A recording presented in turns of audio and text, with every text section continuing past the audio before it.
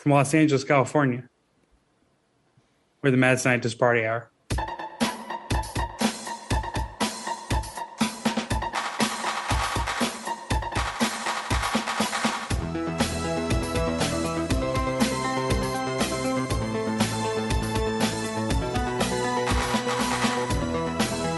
Hello there, friends!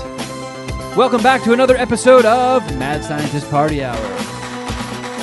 My name's Kevin Kraft, joined once again by a man who has taken off his pants and underwear and is currently spinning a dinner plate on the tip of his boner.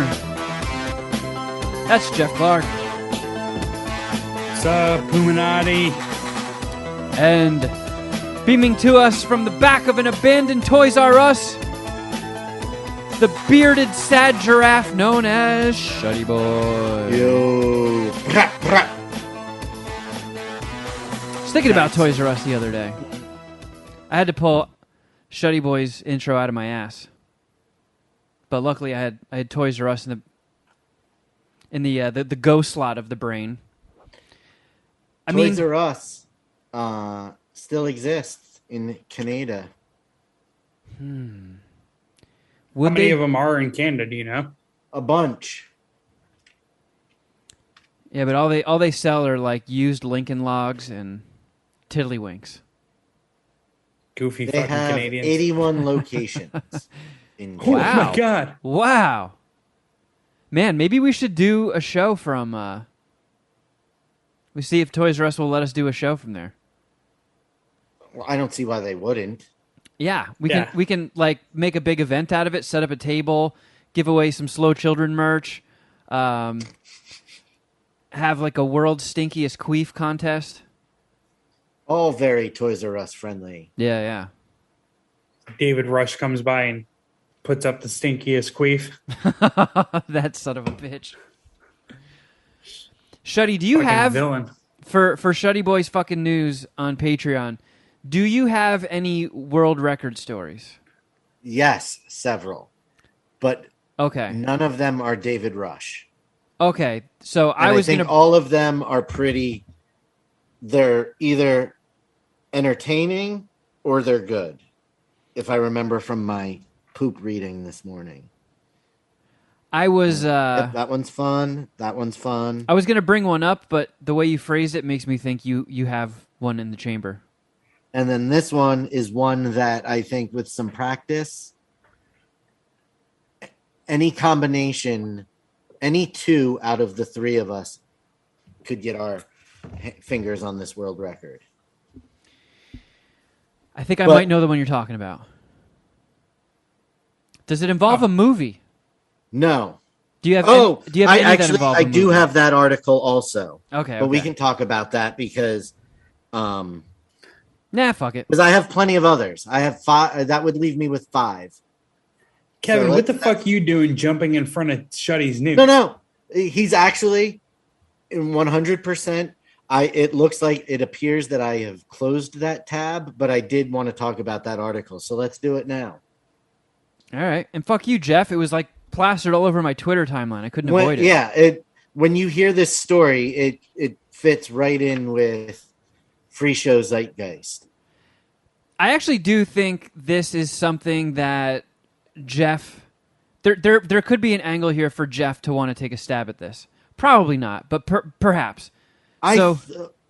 Yeah, we'll have to do the math, but I thought that this might be one that we could also do. But I also didn't read the article. I just looked at the headline. I read the article. Okay, so some guy got a world record in Florida for watching the new Spider-Man, Spider-Man No Way Home. What was it, like almost 300 times, Shuddy? Well, his name is Ramiro Alanis, and he set the Guinness World Record for most cinema productions attended of the same film. He previously, let's start with his original record when he set it in 2019 when he saw Avengers Endgame in the theater 191 times. Man. That's expensive. Yeah. It's a long ass movie too. I wonder if like he gets any sponsorship for that. Marvel Like, probably just gave him like a an Iron Man like potty, like an Iron Man home potty. yeah, I wonder like, but like if a company would sponsor him to like show up to all of these viewings with like a T-shirt of their brand. Oh, so every time he goes and sees Avengers Endgame, he's wearing like a crypto.com t-shirt. Yeah, yeah, or it's like a local business. I don't know, maybe a local eatery or coffee shop or something. Yeah, Well, sadly, in 2021, He died. Arnaud Klein watched the French film Camelot, first installment, 204 times. but this guy has the record at 300 now. That just sounds like a fart sniffing movie. There's a chance I've seen Goonies more times than that. And then between December 16th and March 15th of this year, Ramiro Alanis saw Avengers Endgame 292 times. So wait, this was the guy that set the record the first time? Yes. He's a previous record holder. He regained his record. And These two fucking dorks are just going to watch Avengers Endgame into oblivion of themselves. well, no, now this other dude is going to go see some fucking fart sniffing French movie again. But Ramiro says that he waited to stop until 292 because he hopes it will deter anyone from attempting to capture the record from him. No, this is my record. My record. Enter David Rush with a I've seen fucking Armageddon. lawnmower on his chin. I saw Armageddon close. I've seen it close to 300 times probably, but not in the theater, obviously. I saw it in the theater, I think, twice. Do you guys remember the movie you saw the most time in the theater? Yeah, and both are embarrassing. I'm okay with my two. I have two, one that I saw 3 times and one that I saw 4 times. And I'm all right with them. The first one was The Proposal. I'm actually glad that you brought this up and that I had closed the article because the UPI article I was going to reference did not have the Twitter shit talking between the two of them that the article on Complex has. Oh, what are these chodes doing? Any of your mama jokes? So Your mama only watched Avenger Endgame 5 times. Oh! And she's fat! Man, where was this? so that last jab in there. Yeah. It's fat. And she blew all your friends! Sucked all your friends' dicks. The other guy, Mr. Klein, tweeted, I would like to wholeheartedly congratulate the new record holder who has pushed the bar very, very high, but I'm not giving up the fight. New logistics are already in place. I have given up sex. Not that I was having any to begin with, but I will turn it down if it ever presents itself. Nothing will stop me from accomplishing my goals. Well, Ramiro Alanis is already calling his next shot. These guys got to pick shorter movies.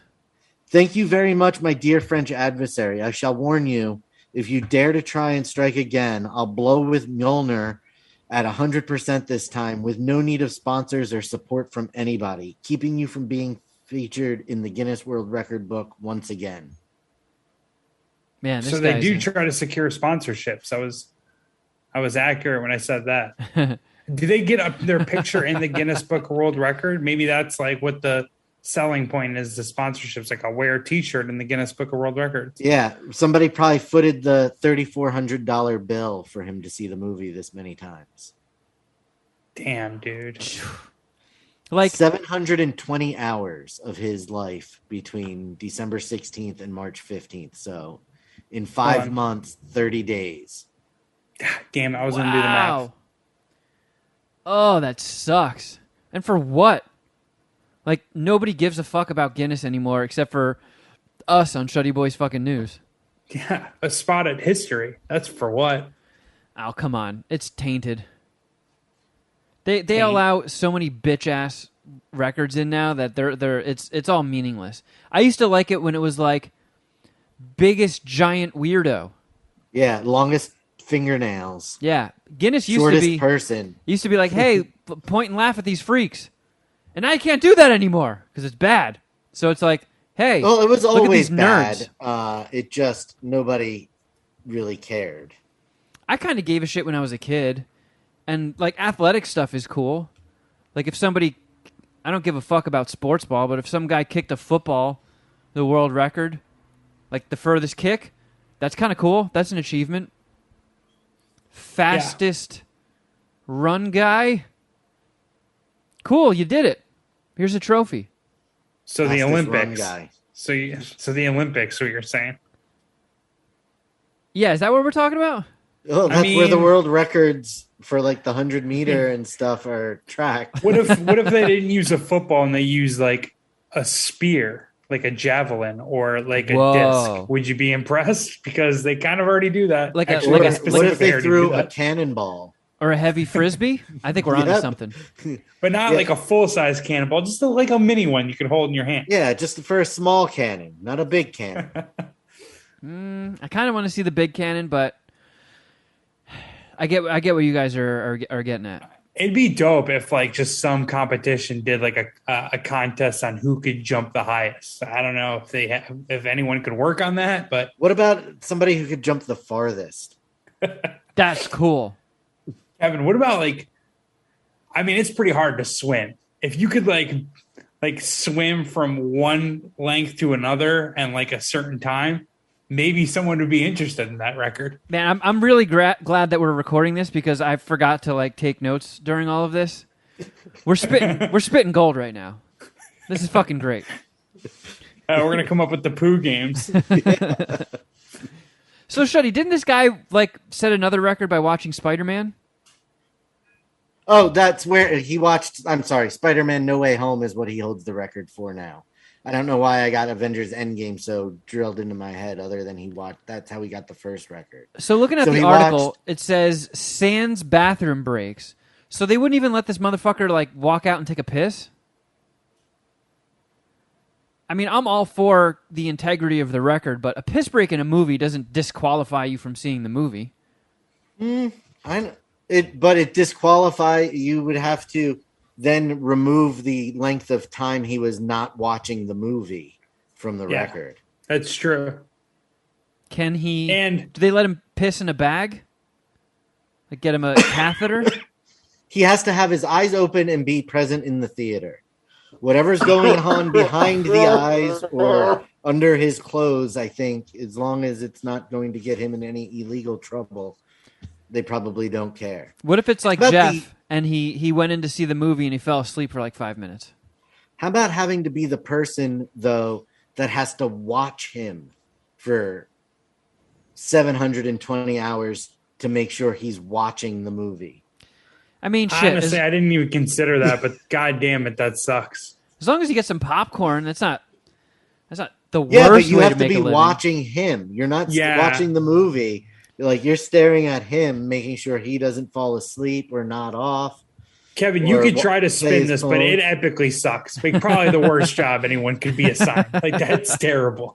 That's terrible. Yeah, that does suck You don't ass. think you think sports are boring? Well, you would much rather watch sports than someone So I'm watch much more TV. interested in the person who holds the world record for listening to Spider-Man: No Way Home 292 times than the person who got to watch it. I mean, I've only seen it twice, but it's a good movie. I could. But it's fucking again like the money to keep buying the tickets is probably maybe it's not the biggest hurdle. Yeah, just sitting there and watching the same shit. He's got to hate those fucking movies now. I just Yeah. feel So he was not permitted to take naps, use his phone, or go to the bathroom. Cutthroat. So Jeff, you think? Do you really think was that an exaggeration? Do you honestly think you've watched Armageddon like 300 times? it's probably an exaggeration, but what's like a number that you'd be legit surprised at? Like if I saw it less than 100 times, that like if someone was tracking it and told me it was actually, dude, it's actually you've only seen Armageddon 80 times. Frankly, I'd be fucking shocked. Like it has to be triple digits. It just has to be. Oh, Like, I agree with that because, like, I mean, I feel like this would be an easier record for a kid to get because when I was a kid, I could rewatch shit. The second the fucking tape ended, I would rewind it and watch it again. He went and saw No Way Home once per day, every day. That makes it a lot easier to like. Well, wait, he saw 300 times over 5 months. 292 over. So he had to just keep finding theaters that were still showing it. So he doubled up a few times, tripled up, right? I would hope so. Because he couldn't have done it in 5 months, right? I mean, I don't know. Is that like 125 days, 130 days, something like that? I'm trying to think of the movies that I've watched in my life the most times, and like the obvious ones are like Goonies, Little Monsters. Okay. Sorry. He did watch it at least once a day, and at one point during his quest, he watched it 5 times a day. Okay. It's over 2.5 hours. That's fucking nuts. Yeah, it's kind of impressive to like keep your eyes open, like focus on well, not focus, but present. My record holders are definitely Little Monsters, Willy Wonka, The Goonies, and Clerks. Because when I was in middle school, I used to put Clerks on almost every day when I got home from school. I would just watch Clerks. Not only did he have to float around finding theaters that still played it, but to watch it 5 times in one day, that's 12 hours. So he had to find theaters that opened early also. I mean, I've been looking at, because there's some good movies coming up on the horizon, and I've sort of been sleeping on them, and I know everybody's excited that theaters are chill again, and their theaters are as Jeff and I saw, are filling up. And I've been using my fucking AMC app, Toy, and Alamo Drafthouse to look at showtimes, and stuff does start showing pretty early. I was honestly I said that. Sorry, Kevin. Go ahead, Shuddy. No, fuck Kevin. As I said that, I realized that Mark and I went to an 11 a.m. showing of Everything Everywhere All at Once last weekend. So yeah, I was this close, Shuddy, to getting, I think, a 10 a.m. or a 10:30 a.m. ticket to see Doctor Strange, the new Doctor Strange. Because that's only like a couple weeks away. You chose a later time? I did. I found one that has like one a 3:15 showing. But like, I mean, a couple weeks out, and all the theaters around here are filling up like mad for Doctor Strange and for The Northman. Oh yeah, that comes out next week, right? Yeah, my brothers have been excited about that for a long time now. I'm pumped. I know nothing about it, but I want to see it. All I know about it is the poster and that it has True Blood guy in it. Willem Alexander Dafoe. Skarsgård. What do you know about it, Kevin? And it's a Viking movie. That it's the guy that made The Witch and The Lighthouse. And it's supposed to be gory. Is it an A24? Of course it is. It is, right. And did they not show the trailer for that when I went and saw an A24 movie? It's got Bjork in it, and it's supposed to be insanely violent. So I'm in. Yeah, I'm down for the violence. I'm hoping for some titties. You know how I like titties at my violence. I like my wet melons at all times. Yeah. Shuddy, do you think there's a movie you've seen in the triple digits? Yeah, probably Goonies. Okay. Goonies and Top Gun is got to be pushing close. Man. Plane School, huh? Yep, Plane School. I'm so excited for Top Gun Maverick. I believe it's called Plain School Maverick, Shuddy. I just couldn't sit there when Goose's kid tells Maverick, "You're not my father," because I know that line's coming. And they almost served it up in the trailer. But I know that line's coming. And I don't know. It's gonna give me douche chills. Oh, I hate that. I feel like I was gonna say something. Me and my best friend, when Armageddon came out, I think watched it 20 times that summer. Not in the theater though. Like I think, Is that on like which HBO doesn't or make something? a lot of sense. So I'm pretty sure he bootlegged it, and we watched the bootleg version. When bunch you of were a times. kid, did you have movie channels like Showtime or HBO, and then you just pop in a blank VHS and you record it and then watch it over and over? Yeah, Yeah, I did that with a bunch of movies. my parents were early subscribers of cable television, Nice. so we've had The cable. essentials. Yeah, most of my life I've had cable TV. Even like when we were at our poorest, like my parents they had their priorities straight, and we had cable TV regardless. And you're not sick at all of Armageddon. No, dude, I'll put it on to go to sleep. Still, I mean, I don't think it's on Netflix right now, but maybe they're just not putting it on the main screen right now to Let me get see. me to click Do it. you have a steelbook? Do you have a fancy commemorative copy of it on DVD, Jeff? No. Do you own a I'm- physical copy of anything? My brother has a bunch of. He might have Armageddon, but he has like a bunch of Blu-rays in his room. You guys know how I am with that collecting shit. Now that all the movies are moving to the cloud, it really doesn't even. I don't know. It doesn't. I don't know. interest me to. I still like It's keeping on the Prime. yeah. So good news, you can go for your world record, Jeff. This Michael Bay gem is on Prime for free. You know what I'm watching tonight, Puminati? I'm on Amazon Prime. So, do you guys remember the movie that you went and purchased a ticket for the most? Because I have Yeah. two answers. I do and as I'm well. not embarrassed. I am. Okay. Both of mine aren't very cool. I'll give mine first. The one that I saw the most, there's two. The one that I saw the most, I actually saw The Hangover in theaters 4 times. Like I saw it with one of my college roommates twice. We both loved it.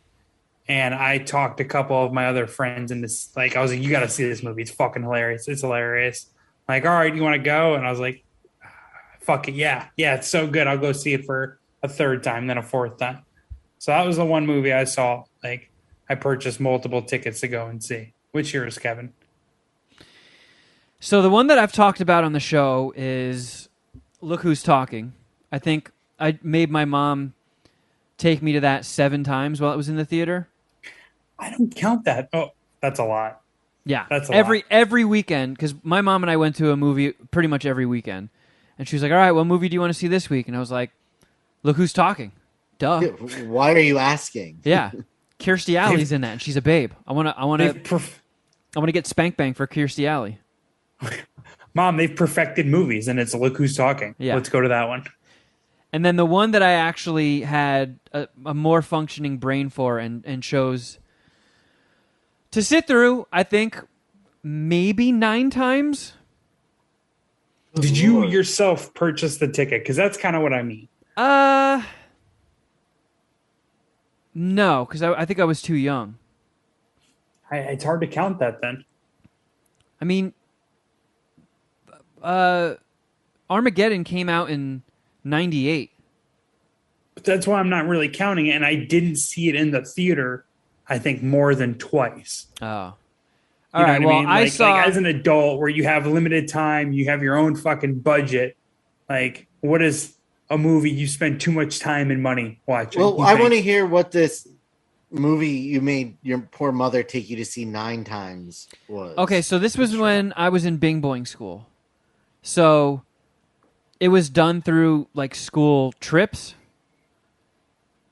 And I guess my mom like had like a little, they get like a bank, I guess, that they pull from every time you go out and do something that costs money.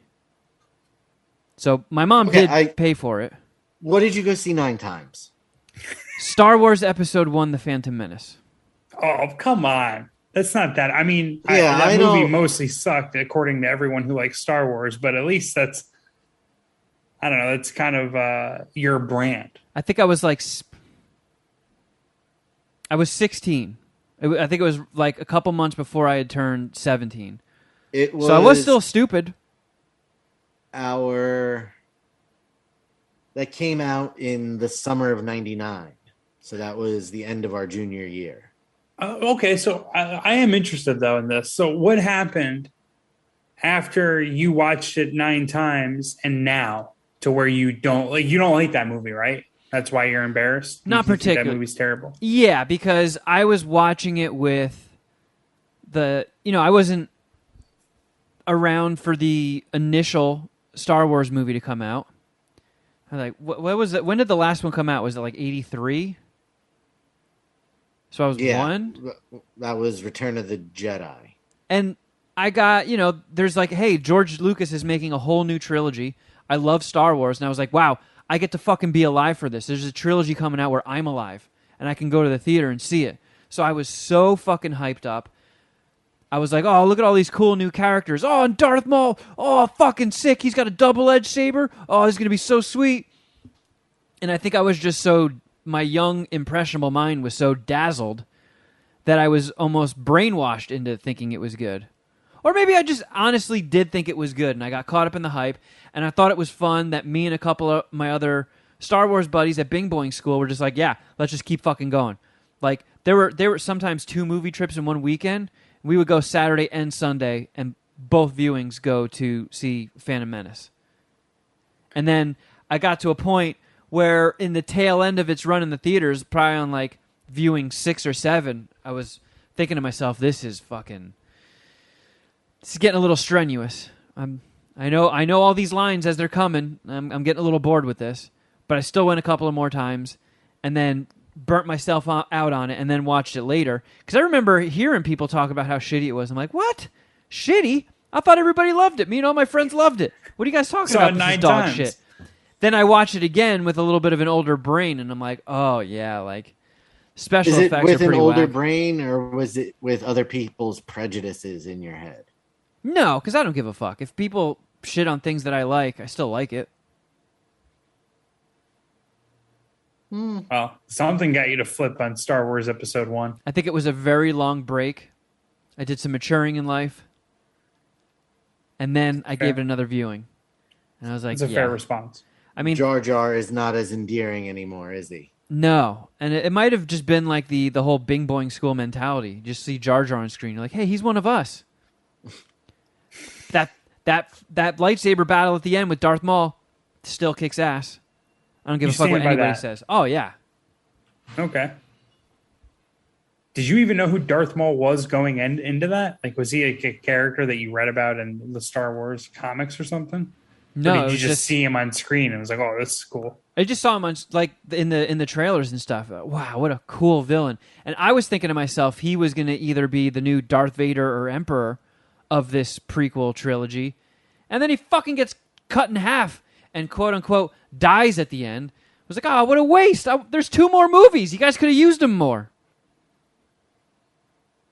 Yeah, But then they built kind of up his villainy.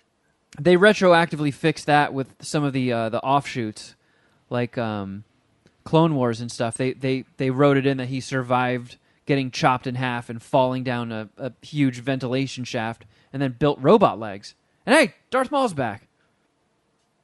Did that work for you in Clone Wars? At that point, it was just like, whatever method you guys took to bring Darth Maul back, I'm cool with it. Like, you could have just had some fucking wizard walk out, like Gandalf. Like, oh, we're doing a crossover now? Gandalf's in this universe? Oh, he just brought back Darth Maul and then pieced out and back to Lord of the Rings? I'll allow it. Every now and then I feel like you do about Star Wars Episode 1 with Armageddon. And then I rewatch Armageddon. I was like, you know what? Nah, they fucking nailed it. This movie's just perfect. It's the pinnacle of movie making. I mean, Goonies has to be the movie that I've watched the most in life. And I can still throw that movie on and just get utter joy and delight with every scene. God, you're killing me. You're killing me. I I was kind of saving this take for a while, and I wanted to. I wanted Don't to you catch do it, it. you stupid pussy. All right, I've said enough. I don't know. Sprinkle. We'll circle back on this in the summer. Hey, how come Bran never takes a little animal cracker and has it gallop down Chunk's happy trail? I just know there is a way. Like that take pushes Shuddy's buttons as much as his take on Tool, and that's kind of what I'm going for. You got some blasphemous shit to say about the Goonies? I do, and I want to legal pad the whole fucking thing. We're not. I'm gonna. I know. We can't. He already calls Top Gun Plane School. We cannot have something else. Like, I'm gonna piss in your mouth, Jeff. Kevin, you see it percolating, and I think you also see the podcasting gold we could land on. So I'm gonna save it. I'm gonna legal pad my Goonies take. But yeah, I do have some Goonies thoughts. Get him, social media. Get him. Anyways, Twitter, take away that fucking blue check mark. He doesn't deserve it. He does not deserve it. They only give the blue check mark to Goonies fans.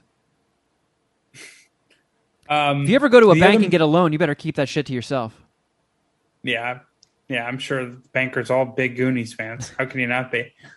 Another movie that I saw a lot, I saw 3 times in the theater. This is the second most I've seen a movie in the theater when actually purchased. Inception, and I don't feel bad about that one. I still love Inception. Oh yeah, Inception's fucking awesome. I rewatched that. I mean, I'd say within the last year, perhaps. Actually, I have Letterboxd. I can figure that the fuck out right now. Yeah, holds up. Oh my god, yeah, holds up. Although Elliot Page, I could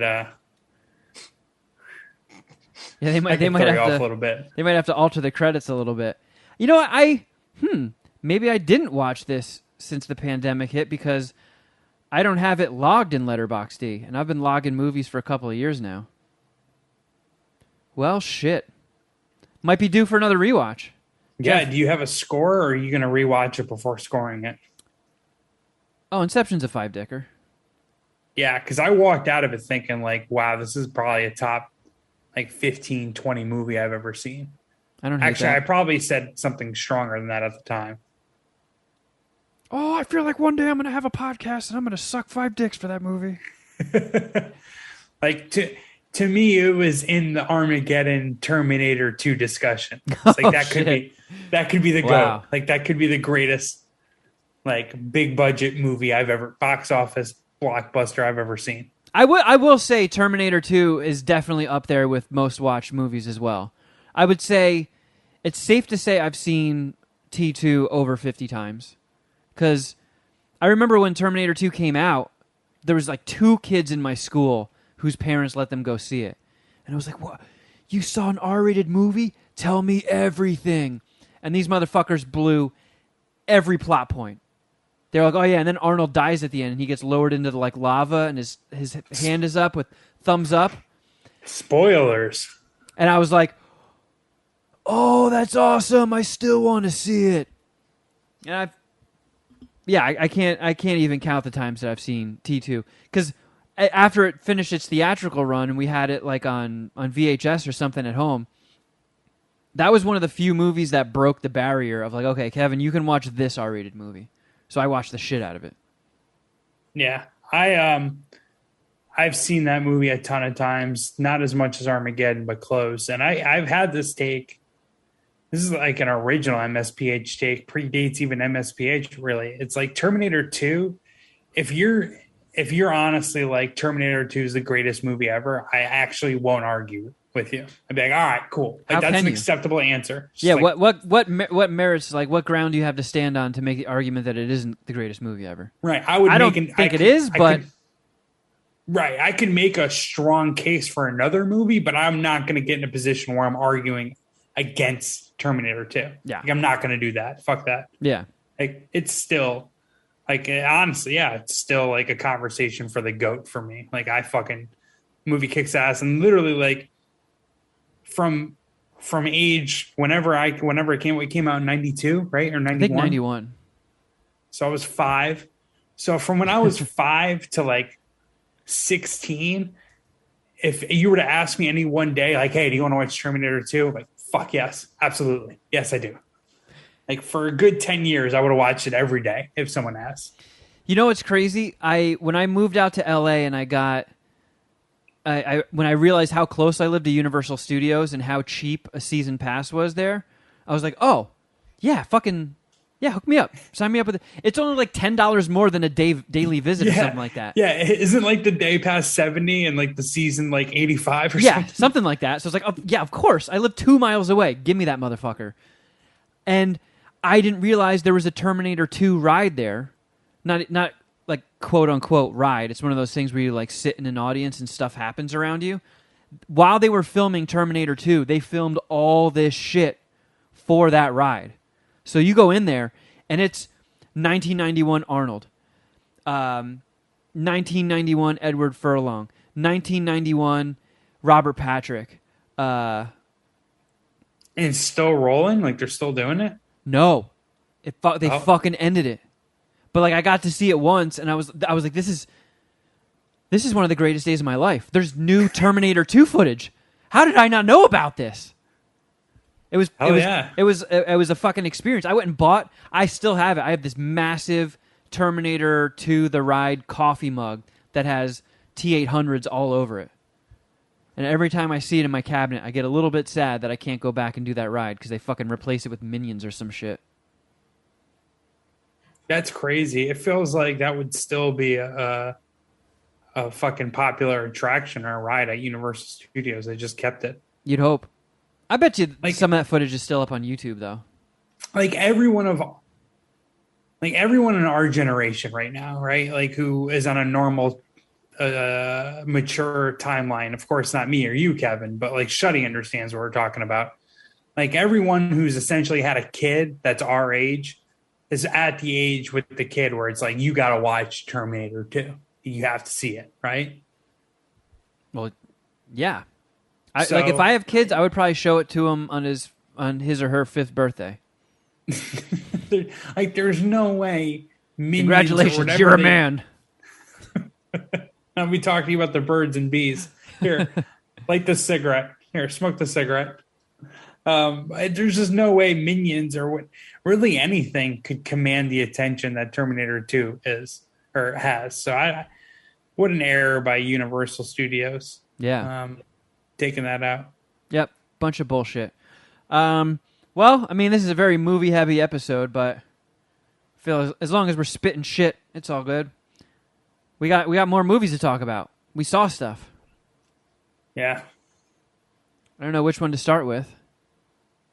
Well, I saw that one movie with you, and I saw a Netflix documentary. Did you go to the movies multiple times last week? No, I went to the movies once and then saw one new movie on Netflix, one newish movie that has been reviewed on here, so I will keep mine short. Okay. Let's start with that one then. I'm gonna kind of get us into the swing of things. I watched X, the horror movie. Oh yeah. And did I spoil it too much of the review? No. I've been on record of like I didn't really like Ty West's other movies, The Innkeeper and House of the Devil. Thought they had cool premises, but I was a little bored by them, so I went into this one a little reserved. And I liked it more than I thought I would. I thought it had some pretty cool kills, some decent nudity. I surprisingly really like Kid Cudi. I don't exactly know what he does. It's one of those names that I'm just aware of, kind of like DJ Khaled.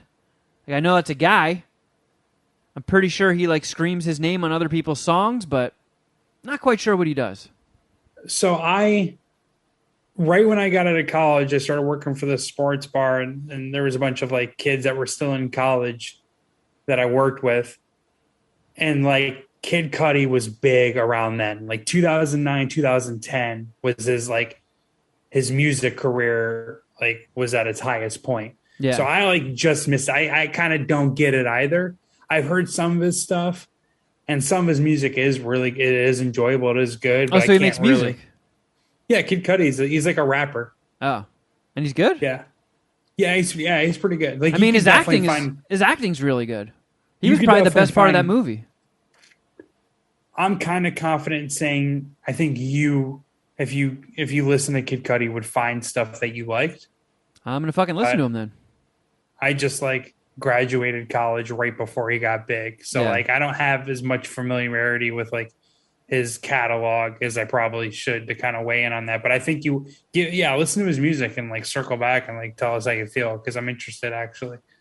But I mean, I X didn't. X was kind of cool. It's just a horror movie about a bunch of people going to make a porno at some old people's like reclusive, secluded farm land.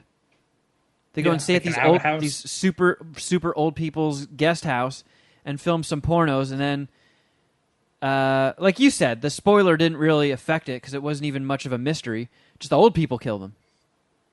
But I thought the aging stuff is getting better. Not quite there yet. It was kind of weird that they just didn't get old people to play those old people. I think the guy that played the old man was closer to the age. But the main girl, Mia Goth, was just in old lady makeup and played the old lady. I had no idea until someone told me. No shit. I think Ginger told me. I had no idea. Like, it went over my head, and I was kind of so disappointed in the movie. I didn't care about stuff like that. I forgot Kid Cudi was in it, and I didn't even like recognize him. I didn't know that was him because, again, I'm not that familiar with him. I mean, when someone said, "Oh, Kid Cudi's in that movie," obviously I knew exactly who they were talking about, but like I didn't know at the time. But I feel I have a similar complaint as you, as it does take a while for the movie to kick into gear, and it's not terribly interesting up until the killing starts. But strong finish. I enjoyed it. It was, I guess, like a 3.25 dicker. I think the way you started talking about it and you compared to the director's earlier movies and said how they were kind of underwhelming, I thought that was like a perfect like intro to this one. That's how I felt about this one. I know you didn't. It didn't. That doesn't match how you feel, but I want to give his other ones a rewatch. I want to be fair. Okay. So the one character, the like the cinematographer's girlfriend who comes along to the shoot. Yeah. You know what I'm talking about? Yeah. Who she was like holding the boom mic for most of it. Spoiler. I felt like she was gonna be like she was gonna be part of it, or there would be more to that character. And when there wasn't, it was kind of like, well, that's what I referenced in my in the review. I was just like, I thought that like whiffed with that character because like I was picking up some like evil vibes from her, and it just never got there. There definitely were opportunities to work more layers into the story, but it did kind of feel like an early Tobe Hooper, like late 70s, early 80s slasher flick. Gotcha. So I don't know. I get what he was going for. It did drag a bit, but overall, that's the most I've liked a Ty West movie. I'll say the aging stuff they did really, really well because I thought those were old people. I had no idea. So, and then Jeff and I saw a movie together at the old Alamo Draft House in downtown L.A. The new Nick Cage movie. Oh, you have it. Oh, I left it in my car downstairs in my garage. So, Jody, look at this. What? Yeah. So they gave every one of the seats at the Alamo Draft House had a Nick Cage head. That I don't know who it was. The manager of the Alamo Draft House came out before the movie started, did a little speech, and then took a few photos of like the crowd to send to like the Lionsgate studio. Yeah, I'm trying to see. I'm checking Alamo Draft House's socials right now to see if they put that picture up anywhere. Oh, yeah, good call. It's not on theirs. Let me see if Lionsgate has an Instagram. They do. And that picture's not there. So we wasted our time, but whatever. We got duped. Yeah. But he wanted to take a picture of the crowd smiling and then the crowd with Nick Cage faces in front of their heads. But that was the first time I've ever been to Alamo Draft House. What a concept. It's pretty sick, right? Yeah. The seats are comfy. They recline. The you write down what you want to order on a little slip of paper and then put it in this slot that sticks up so you don't have to hear people drunkenly shouting their orders. Can I get another popcorn this time with more butter on it? In the middle of the fucking movie. The food was bomb. So I've been very disciplined in my exercise and eating lately, and I saw this as a great opportunity to just go for it. I mean, a night out with the homie, Nick Cage movie, a week early screening of it, Alamo Drafthouse. I'm loading up. I got fucking popcorn. I got a Mexican vanilla milkshake, which was absolutely delicious, and a bacon cheeseburger titled the Royale with Cheese. That was also absolutely delicious. The Mexican shake, the Mexican ice cream shake or vanilla shake, did it taste like was it kind of cinnamony or was it spicy? Because usually like Mexican chocolate's spicy, but this wasn't Mexican spicy. I think they might have just sprinkled cinnamon on top and made it a little horchata-y. Gotcha. Which I love horchata. They're like one of the few businesses in LA that has Brooklyn Brewery on tap. And Brooklyn Brewery is like my favorite brewery. And they have the lager and then the Pulp Art IPA. So I got that with my burger and just couldn't make it to dessert, which probably would have been a milkshake or I don't know, like a warm cookie or something. Probably should have gotten it. Yeah, you should have. It was bomb. Random thing that has nothing to do with the review, but I am interested in what was the damage done on your parking? Well, how much did you pay for the parking? So we parked.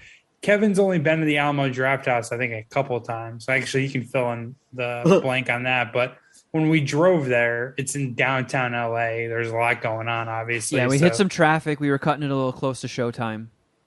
Yeah, and GPS was being a bitch. Yep. And he pulled into a parking garage that wasn't attached to the actual Alamo Drafthouse, and they didn't validate his parking. And we walked like up and down the stairwell, and it was like really one of the sketchiest areas I've ever been in.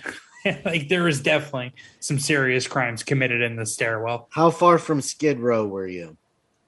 I mean, I don't know. It's downtown LA, so effectively in it, which is kind of depressing and a whole nother story. But a couple blocks in the middle of it, it's all kind of the same answer, you know?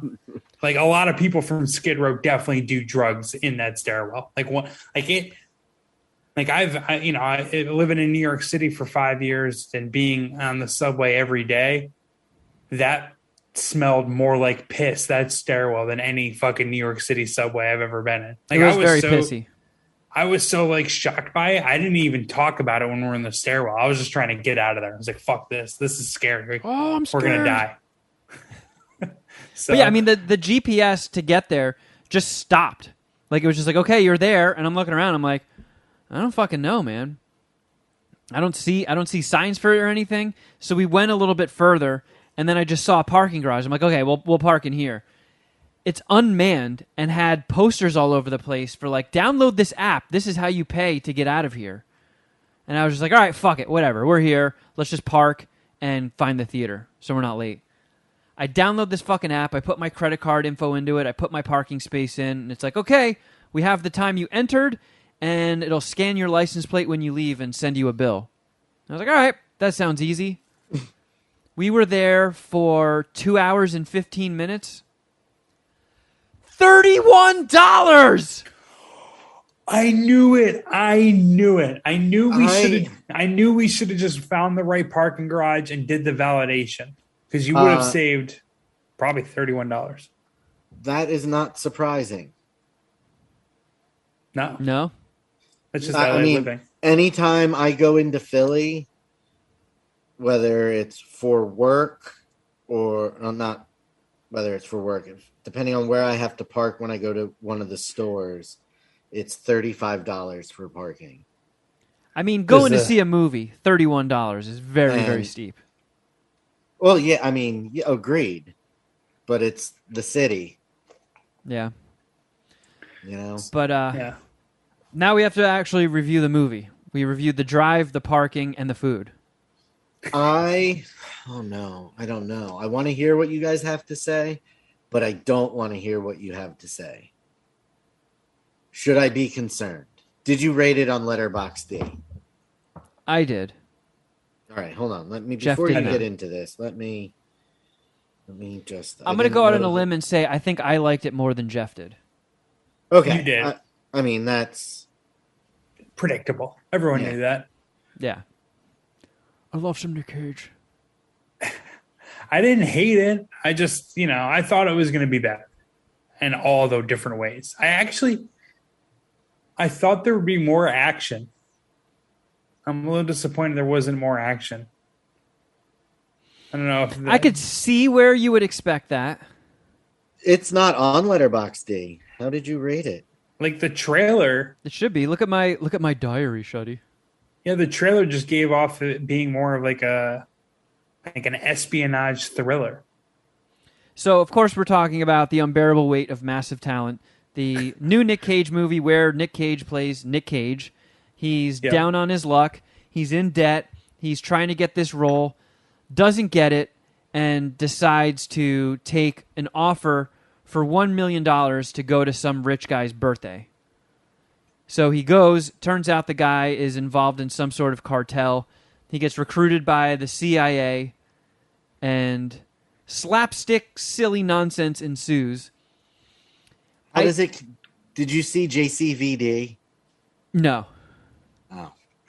But I know that's the one where Jean-Claude Van Damme plays himself as well. Yep. Oh, okay. That's a movie. All right. Yeah, I was just trying to see how that's something similar that I've seen. So this whole thing kind of trips me out. Like, obviously, he has a bit of a sense of humor or whatever about his career. But like, this feels like it's hard to see Nick Cage being in like ensemble movies ever again, or like serious like acting roles that can maybe get him nominated. And I feel like, well, I mean, he's still fucking Nick Cage. He still can kill it. So like, has he given up on his career, or is this the comeback? I don't know. I'm confused about that. I think Nick Cage, did the cycle that a lot of famous people do. He peaked very early. I don't know about peaked very early, but he got an Oscar really, really early in his career. He had a fucking trio of bangers with... You're talking about the National Treasure movies, right? Of course, third one TBD. I mean, Face Off, The Rock, and Con Air. Who has a triple banger run like that?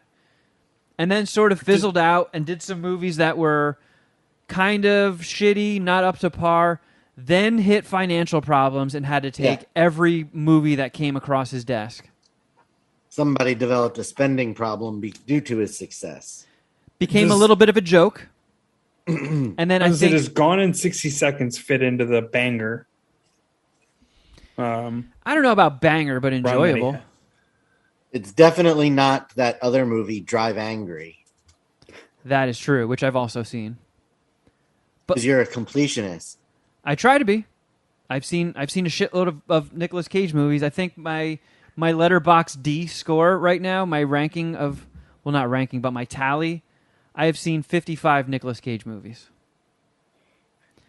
Nice. And I don't know, I feel like people just... I've always been on Team Nick Cage, but I feel like it kind of became trendy to start talking about how awesome Nick Cage is again. And... That's how I feel. I almost want to zag. Yeah. But it wouldn't be a genuine take. You being contrarian, though, that's shocking. Well, that is genuine. For the sake of it. But I really couldn't get behind shitting on Nick Cage. I feel like the movie was good. It had some fun Nick Cage moments. It had some legit fun moments. The script was pretty funny and decent. There could have been more done with the story. There was definitely more opportunity for humor. I feel like some stuff got left on the plate. Well, but it wasn't a turd. I was definitely let down. Like these two movies, Everything Everywhere All at Once and The Unbearable Weight of Massive Talent have just, I've had goosebumps for like 6 months for these movies. And it was a bummer that this wasn't the 4 to 5 dicker that I had hoped it would be. But I don't know. It's like a 3.5 dicker for me. I'll suck 3.5 Nicolas Cage dicks. Yeah, I'm at 3. It did some things right. I think you kind of nailed the review. Touched on all the stuff that I would have and probably would have skipped as well or missed. A lot of my focus would have been on that parking garage that we almost lost our lives in. But I don't know. I like I said in the beginning, I just felt like there'd be more of a thriller, more action, and less like as ridiculous as it sound as less about like Nick Cage's acting career, and where it stood at the moment, or at the I guess while they were filming the story. But I know you were also bummed out about Nick Cage having conversations with CGI de-aged young Nick Cage hallucinations. Oh yeah, there was like a young Nick Cage that the old or current Nick Cage would talk to in random times. And like it was like the guy that would like pump up Nick Cage and like, hey, you're a fucking star type thing. And it was just really weird. It was really weird because they used the whole de-aging process. And it wasn't as good as it's been done in the past, but like look wise. But I still thought it was funny. I thought it was a funny gag. I liked it. Fair enough. Yeah, I'll suck an even 3 Nick Cage dicks. What about you, Shuddy? Did you watch anything? Well, it wasn't The Unbearable Weight of Massive Talent, but I did also watch a Nicolas Cage film this weekend. Oh, fuck yeah. Bless you. Zach Draven and I did a kick-ass double feature on Sunday night. Oh, get some Big Daddy action. Yeah. And Kick-Ass is still fucking amazing. Kick-Ass, in my opinion, is a 5-dicker. However, I heard such bad things about Kick-Ass 2 that I never saw it. Draven hated Kick-Ass 2. Kick-Ass 2 isn't as... Watching them back to back, it is definitely noticeable what a downturn Kick-Ass 2 was from the first one. But Shuddy it's Boy, still a lot of fun. To use the Sonic the Hedgehog defense, you do get to see Jim Carrey. Yeah, that was kind of my response to Bill, who I think is the one that told me that it sucked. I was like, well, it's Jim Carrey. How bad could it be? He's like, no, it's bad despite Jim Carrey. You don't agree with that though, Kevin? I think I'm in Shuddy's camp, where it is a noticeable drop from the first Kick-Ass, but still worth a watch. I mean, you get to see Hit Girl like zap some mean bully girl in school that makes her barf and shoot diarrhea out of her ass at the same time. And yep. Well, that's cool. I take that back. There's nothing bad I can say about that. How did the first Kick-Ass go over with the boys? Oh, the first Kick-Ass they loved. But they already saw it, right? Draven swears he didn't, but I swear that when it came out, when I got it on DVD, I made them watch it when they were kids. And so was it the other one who didn't like Kick-Ass 2? Did either one of your kids see Kick-Ass 2 before seeing Kick-Ass? Did that happen? No, Draven hadn't seen. It was just Draven and Zach, and I think Zach saw Kick-Ass 2 before, but he fell asleep an hour into Kick-Ass 2, and Draven complained about it the entire time. So they're not sucking very many Nick Cage dicks, I guess. No. At least not the second time around. No. So that's it? Yeah, that's all the movies I've seen.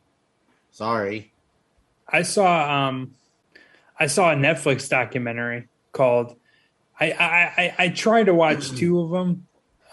Bad Vegan was one of them. I got through 3 episodes, and I think there's only 4 of them.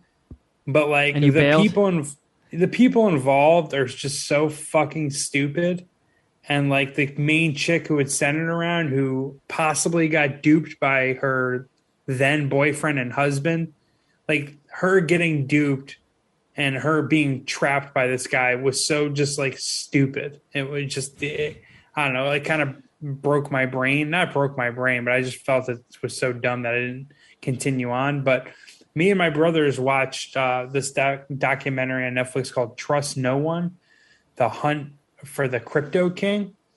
It was only an hour and a half long. It's just it's like a movie. And it's about the story of this Canadian like crypto digital currency broker, a guy who started this company called Quadra XCG, I think it's called, and it's pretty much just a rolls place. Off the tongue. Yeah, that was the first thing that I gave me red flags or raised my suspicion about this company, but it's essentially just a place where you can buy and sell cryptocurrency, and it was essentially a Ponzi scheme that this guy ran, and he collected a whole bunch of people's like money, said that he was buying or that it was like purchasing crypto, but he essentially had access to everyone's money and he used it to like gamble on the crypto market himself. And then when the crypto market went to shit, like in 2019, like it's known to do, it goes up and down and peaks and valleys. When it hit a valley, he lost like a whole bunch of money and then happened to die around that time. And apparently he was the only one with the passwords.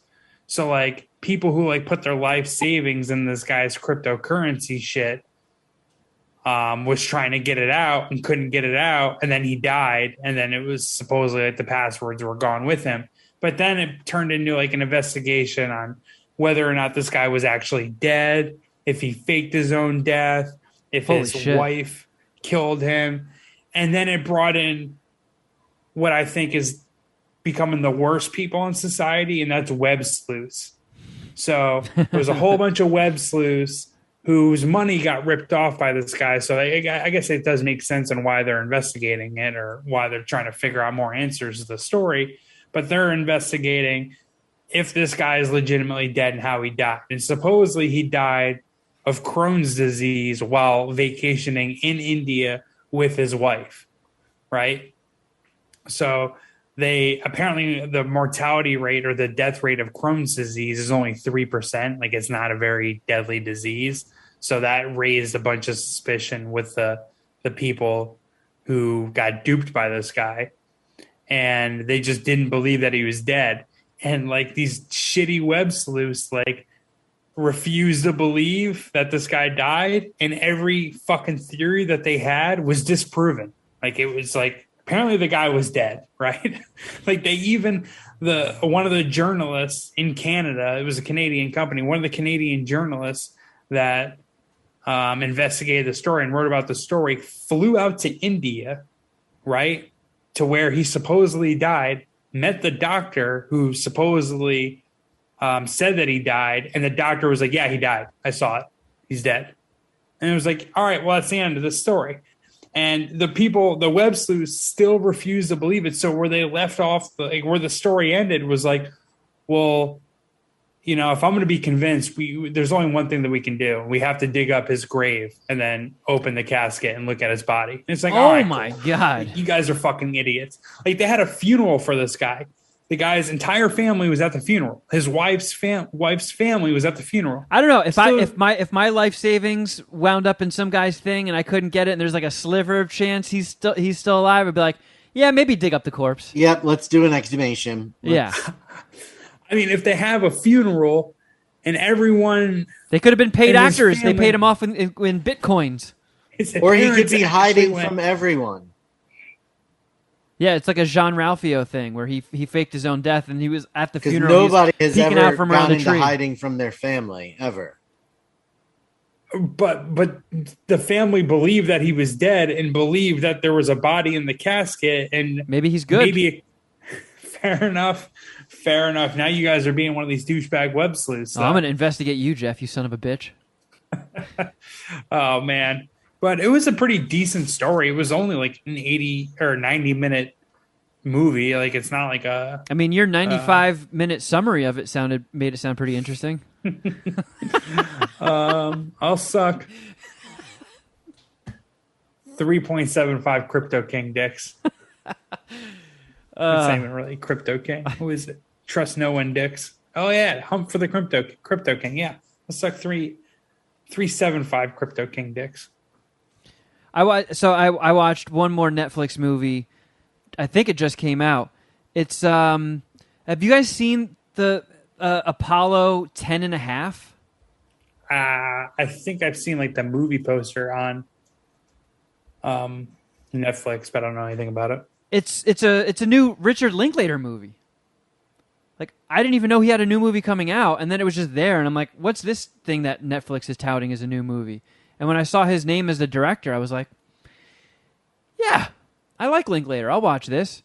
And it's a rotoscope animation movie, like a Scanner Darkly, where they filmed a movie and then laid animation over it so it looks, the movement flows like a real person. You know what I'm talking about, right? Yes. How could I not? Yeah. And it's about a kid who, so it's in the late 60s in Texas. NASA is going to send people to the moon, and they fuck up the design on one of their rockets or whatever. And they're like, all right, it turned out fine. The only problem is it's way too small. So rather than eat shit and eat the cost of this, we're going to send a kid up to space first. I don't know why. Well, I do know why, but as you're telling this, the thing that I thought about is you laughing when the Challenger exploded. Like that story is one of my favorite. Whoa, hold on. I didn't laugh. No, I thought that's how I remember. I remember the story you were watching as a kid with your mom. The fucking shuttle blew up and you like clapped or celebrated because you like kind of thought it was supposed to happen. And your mom was like, whoa. No. You're misremembering that. I didn't know what was happening. I remember is way better than whatever happened. I'll tell you that. For sure.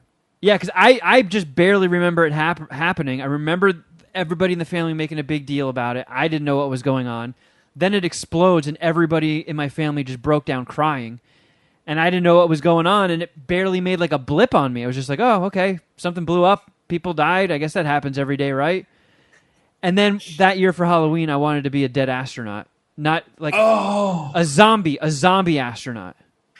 And my mom was like, you can't fucking do that. And she couldn't get it through my stupid little head of why that's distasteful or what even distasteful means. I was like, but that's not what I'm doing, so it's okay.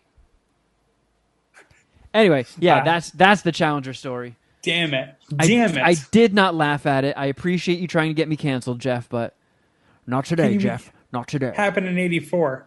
Actually, that's not a good enough argument. All right, anyways, continue. So it's basically just like a fictionalized thing where like, oops, we made the thing too small, too expensive to scrap it. We're going to send a kid up so we don't waste money on this equipment. And then out of nowhere, it just goes into like a 50-minute long coming-of-age story. And I'm well on the record as how much of a sucker I am for coming-of-age stories. Richard Linklater is probably the best at it. And it was fucking great. It was great. Like, Jack Black narrates it as his older self. And it's so cool how Richard Linklater can just capture nostalgia and give you the feels and make you nostalgic for a time you weren't even alive for.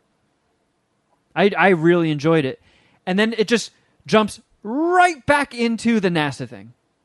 So it shows the whole him getting recruited, NASA explaining how they fucked up, and then it just abruptly goes into a coming-of-age story for a while, and then jumps right back into the space age thing and finishes with that. And I know we've talked a lot about movies and movie reviews, so I'll wrap it up quick. Four Dicker, I loved it.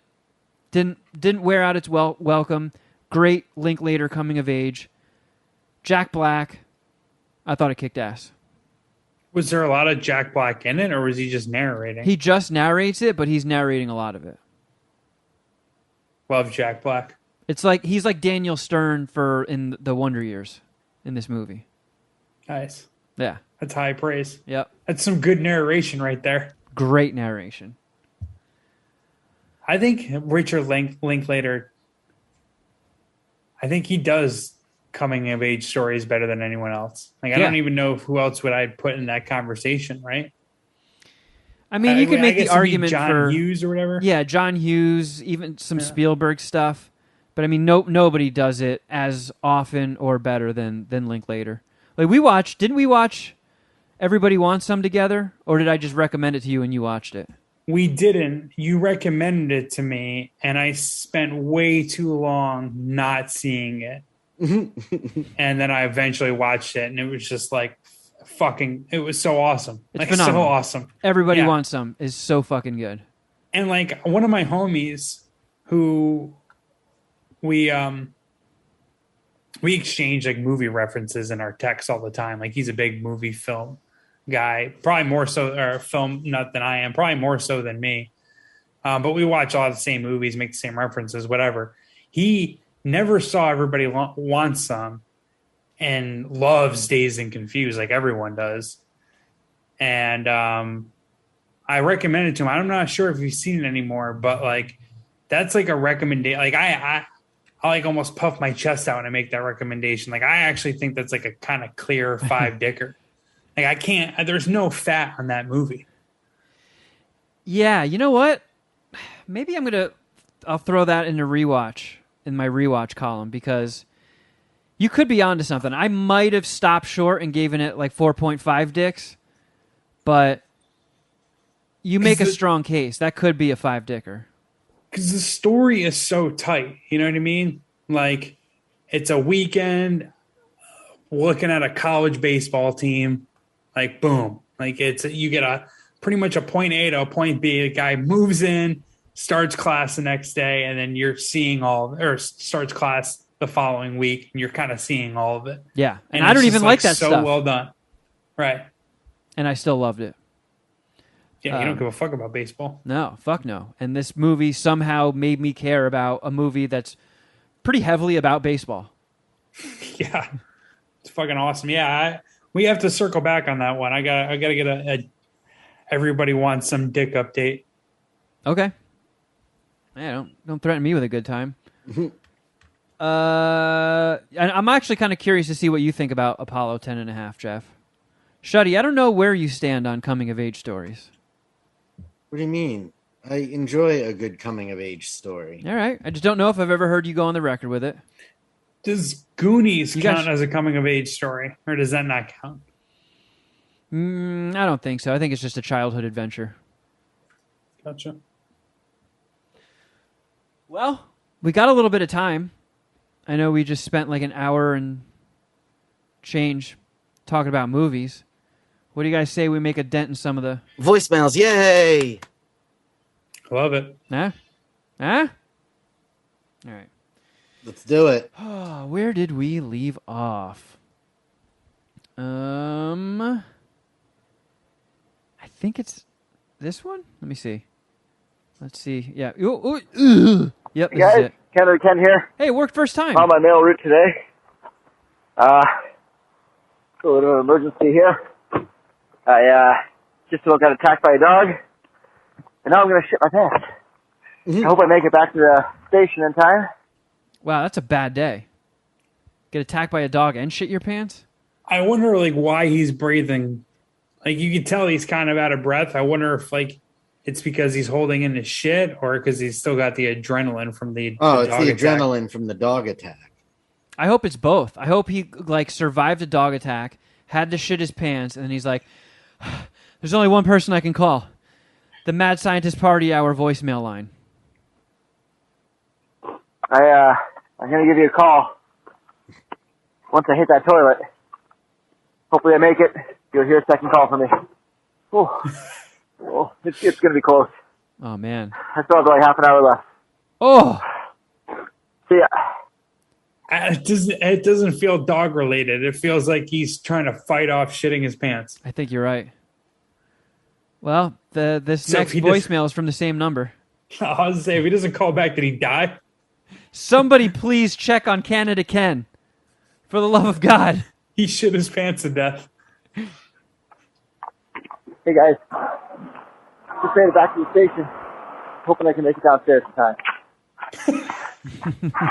Is there a third call? Does he do it again? Let me see. Yeah, he does. Yeah, pretty good. Wait, what was that? I think he's oh my walking- god, the dog that just attacked me is in the bathroom. He's just walking through his office. He probably said hi to one of his coworkers. No, I have to shit. Uh-oh. The voicemail didn't end. It's just silent. I'm still here. I'm still here. I'm so scared right now. I have to shit so bad. All right, well, yeah, that was it.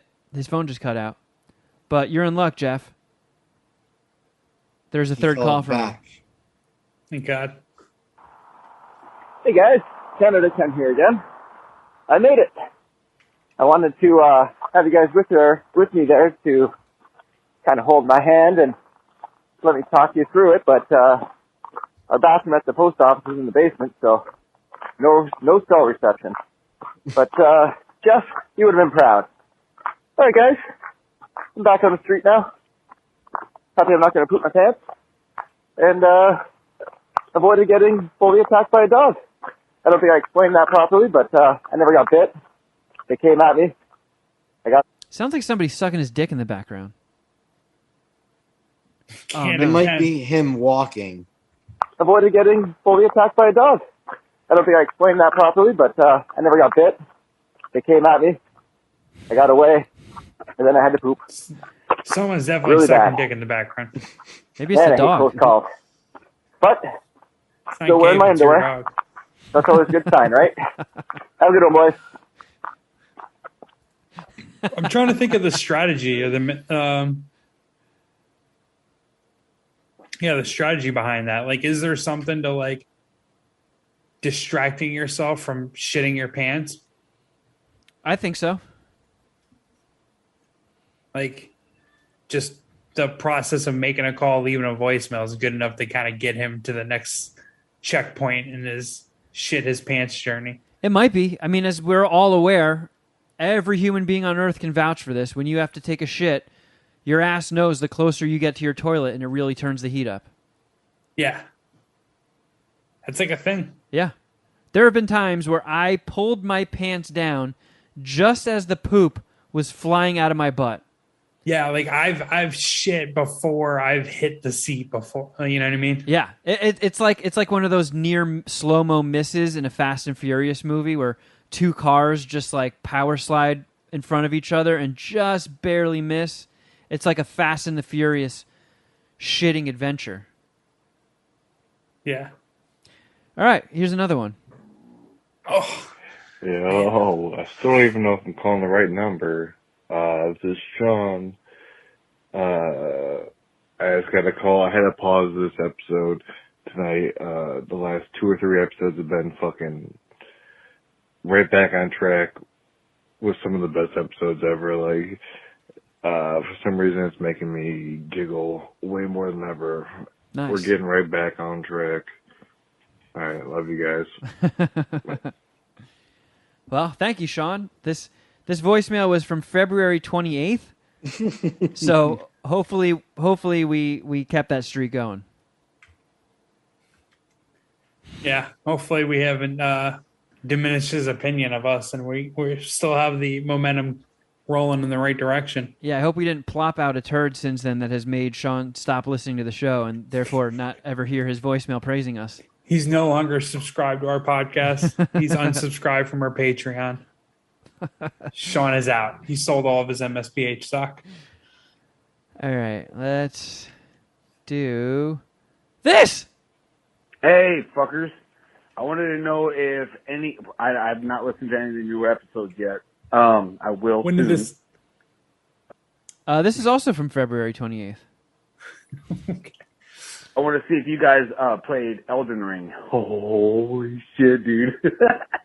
This game is the greatest game that I've literally ever played. If you like really hard games like Dark Souls and shit, oh, it's just, dude, I bought the game and I was hard as soon as I bought the game. And I was hard when I loaded it. Like, I didn't even put the game all the way in. I just put the tip in and then I just kind of pushed it all the way in. I don't like So I how was this like, voicemail oh, makes this me could be feel. amazing. So I wanted to make sure that PS5 was just hot and ready. And then as soon as that motherfucker just hit up, dude, and loaded everything, oh my god. Best game ever made. You guys shit. need to talk more about some games, man. Fuck. Well, I don't even know what to say. Oh, Like, he's still going. It's literally the greatest game ever made. It's Skyrim, open world, but it's Dark Souls hard. I one time got Skyrimmed. Fuck you. And they really don't tell you exactly what to do. They kind of give you a little bit of oomph and push to, hey, go to the castle. But go through all these dungeons that you can't even fucking go through because you're only at, like, I don't know, like, I don't even remember what I started out as, but now I'm at 11. And I've only played it for a couple of days. So I wanted to hear you guys' thoughts or maybe what you guys think that it might be, even though you haven't played it. But it's literally the greatest game ever made. Man, this guy's Later, guys. hyped. Love you. Love you too. Yeah. I mean, I've never played Skyrim. I don't get down too heavily with those like big open world 90 hours to complete it fantasy games. Elden Ring has been a popular staple in this house since release day. Do you play it? And I have zero interest in it. Okay, good. Interesting. Because I got Zero access. interest. When one of the kids who's been looking forward to it for 2 years is in there screaming, I waited this long for this bullshit. Wow. No, he loved the game. He's played it through at least twice now, but that first Jesus. playthrough was insanely difficult. So he beat the No Way Home guy record. Spent 320 hours playing whatchamacallit. I've already spaced out on what we're talking about. Elden Ring. Draven and Zach both bought it for their console, or Zach bought it for PC. Draven got it on his Xbox. They both played it for a grand total of about 3 days and bailed on it. Jeez. I think how hard it is. So there is nothing about this game that makes me want to even remotely spend any money on it. the last game like that I beat from front to back. Kind of like It's been how a you while. wipe. Yeah. Oh, no, wait, Yeah. no. The other way, right? Yeah, no, I go. You wipe yeah, I back to go front. counterclockwise. I wipe, you know how they do in Australia. Yeah, it's like Demolition Man. The last game that I beat from front to back was Metal Gear Solid 2 on PlayStation. Oh 2. my God. So long time. Like I don't even really play franchise mode for Madden really anymore. So I don't even count that. I just play like if I were to play, I play online. So like I just don't have the mindset and the initiative to complete one of these games. So I'm completely out. And one of my homies hit me up.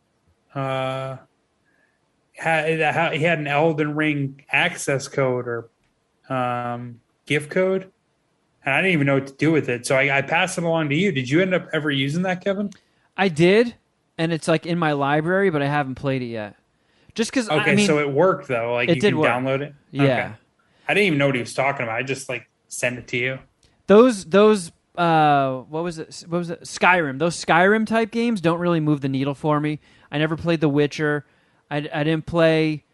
I think Skyrim is in the Morrowind series. I could be wrong on that, but the big open fantasy worlds, they're too soul consuming. They require too much time, and it's kind of like me turning down heroin. I'm sure I would love it. I'm sure I would get sucked in. I'd get sucked in too much.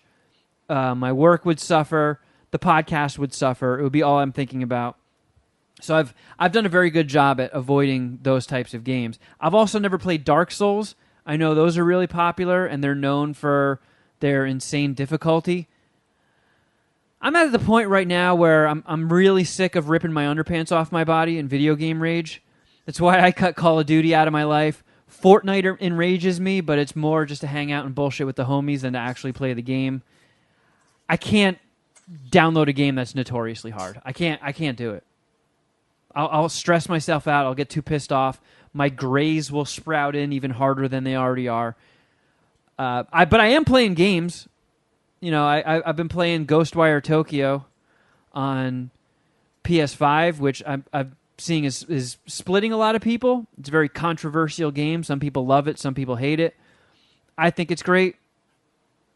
I think it's pretty fun. The graphics are here and there are a little uneven. Sometimes they're stellar and sometimes they're dog shit. But it's like a big open world horror game in Tokyo. And it like kind of like Assassin's Creed type games. It has its little stuff to unlock new areas of the city. And it does get a little copy, paste, and repeat. The combat's not the greatest thing in the world, but for some reason I'm still enjoying the shit out of it. And Carl and I put in some work and co-op beat the shit out of Kirby, the new Kirby game on the Switch, which is fucking stellar. We both loved it. If you're a gamer, you're in a relationship with somebody that doesn't really appreciate video games, but every now and then dabbles, it's a good one to loop in a girlfriend with. Because it's not like insanely hard. It's very cute. It's very fun. And yeah, it was nice getting some quality time video game action with Carl since that game came out. If you are that into video games, I would argue you should have a girlfriend. But and again, what do I know about girlfriends? I don't have one. I mean, you are the expert on not having one. Yeah, I feel like I should be playing a lot more video games. I'll tell you that. You should. I'm going to send you a list. I'm going to make you a mixtape. Hey, give me back that Elden Ring code. Too late. I redeemed it, you motherfucker. Oh, video game guy called back. Never mind, it sucks. Don't play it. Mad Scientist Party Hour. So I'm listening to the newest shit, and I think that Kevin does not like cooked onions. I don't like cooked onions, but I will eat them if they're with a steak or something. But try red onions. If you like jalapeno. You, sir, are stoned. Or anything that's like jalapeno. Perfect. You might like this one because it's more hot. It's got a weird flavor to it. It's really weird. It actually makes my nose burn every time I eat them. I love them. They're amazing. But if they're cooked, it's almost like you turn something awesome that's like a vegetable to a worm's corpse. Man, I think I am the complete... like, if somebody put a gun to my head and was like, you have to consume a pound of onions, your options are a pound of raw onions or a pound of cooked onions. I'm going to take the cooked ones. I hate raw onions more than I hate cooked ones. The whole controversy that this gentleman's referring to is when Shuddy Boy... is the fact that you actually don't despise onions and you eat them. Some might even say regularly. No, they snuck into my Benihana without me knowing it. Every year? It was a lifetime. That feels regular to me. Yep, that's regular. All right, regularly. Fine. Annually. Well, that would probably be the more accurate way of putting it, but still. Man, that reminds me, I got to go to Benihana. You miss onions, don't you son of a bitch? I do. I think we just need to, for Kevin's Oscar punishment. Oh, wait, what was the one that we came up with during Queef or No Queef? That Kevin really hated and wanted it. Kevin suggested it and was like, next Oscar punishment. Yeah, I fucked myself with that during Queef or No Queef. Oscar punishment. You have to give yourself the Howie Mandel. That's so, which is not a sexual act. It's just a look. Yeah, you have to grow out a soul patch and then shave your head and do an episode with Howie. I mean, probably go on Amazon and order a couple golden clip-on hoop earrings and really commit. But yeah, you have to do a Howie Mandel. Have you told Carl this is in your near future? I haven't. Dude, Yeah, it would be kind of How funny. are you going to lead into the conversation? Are you going to start growing the soul patch first, or are you shaving the head first? She hates soul patches probably as much as I hate onions. This is a major uphill battle. So she'll do you once a year. I don't even know how to breach this. That was fucking solid, Jeff. So how would you feel about bald-headed Kevin? Probably not too stoked about that either. So when you put the two together, I'm going to have to if I actually go through with this, I'm going to have to go to a wig place in Beverly Hills or something and drop some serious coin on a realistic looking wig that I can wear after I shave my head and just beg her to tolerate the amount of time it's going to take me to grow out a soul patch. If you actually did it, though, what do you think that would do to your Jason Ellis career? Oh my I God. feel like they would love it. They would absolutely love it. So into it, and it would get us so much publicity. Yeah. Ellis fan Kevin would just shows up one day bald with a soul patch. You gotta wear a fucking blazer with those button ups. I just walk in the door and go point point point point point point point point point. Yeah, take them behind the paywall. Yeah, I don't know, man. It would be because that's I'm truly gonna suffer. That's a huge punishment for me. And then it's not even like a just doing something gross once and getting it over with, or eating a habanero and dealing with some pain for a little bit that goes away. It's gonna take me months to grow my hair back. It's gonna take me months to grow the fucking soul patch too. My facial hair grows so slow and spotty. God damn it! I hate how much you love the Shuddy Boy. It's such a good idea. I know. You are such a self-sabotager. I know. You're like, how about for the next person that loses the Oscar bet, we make him do the Howie Mandel? It was like, no. As he's the reigning loser. Yeah. How about as the reigning loser who we're looking for a punishment for? Wait until you have to do something silly and then be like, next time, let's do this. Oh, Kevin. We'll see. I think we could compromise and take the soul patch out of the equation.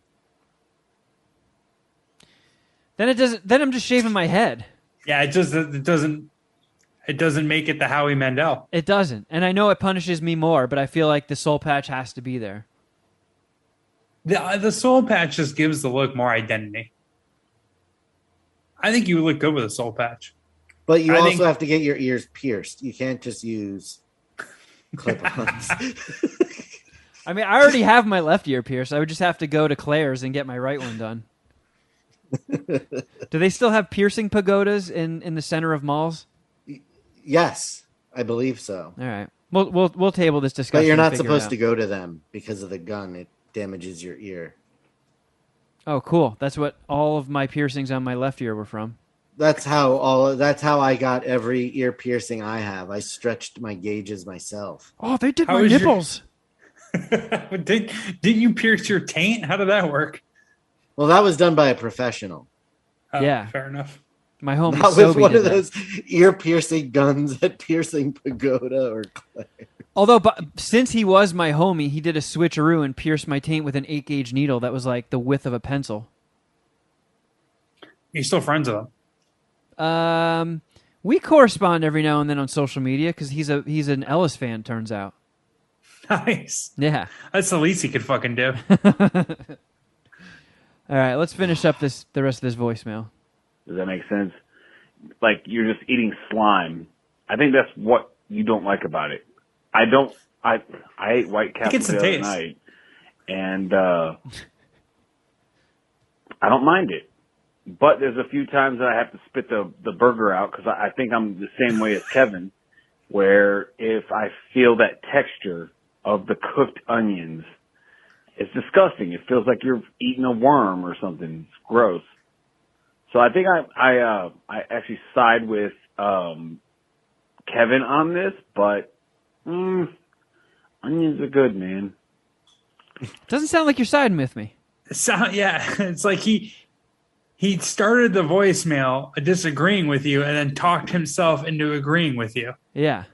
It's like we're providing some like voicemail therapy. Yeah, everybody's just working it out today.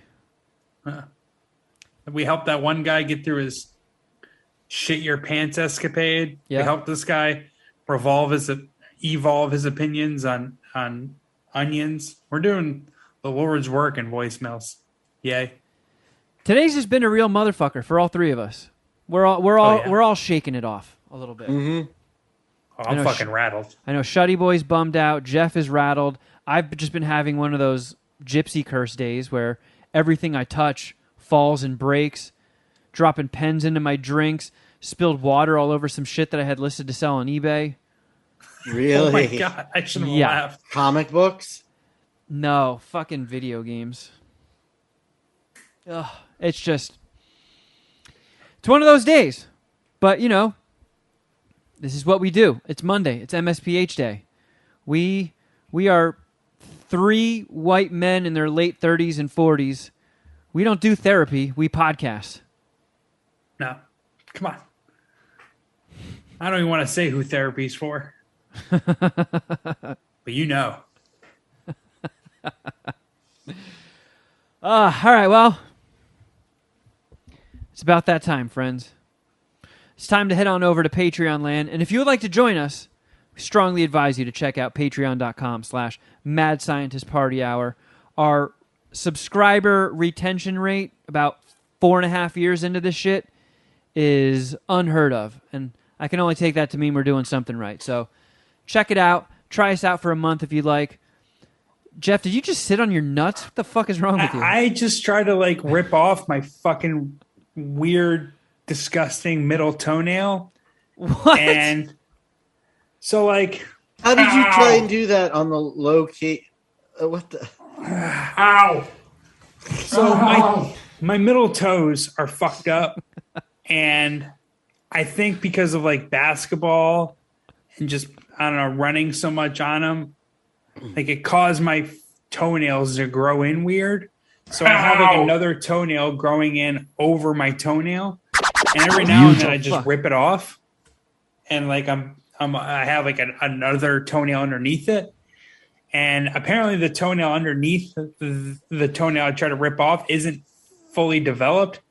So now I'm just bleeding out of my foot. Ow! Ow! Fucking hurts. Ow. Fucking hurts. Like I have an issue. I have an issue here. Ow! Can you show it on camera? I can. This is terrible. This is terrible. I don't know if it's gonna be that gross. Hold on. Ow! Ow! Ow!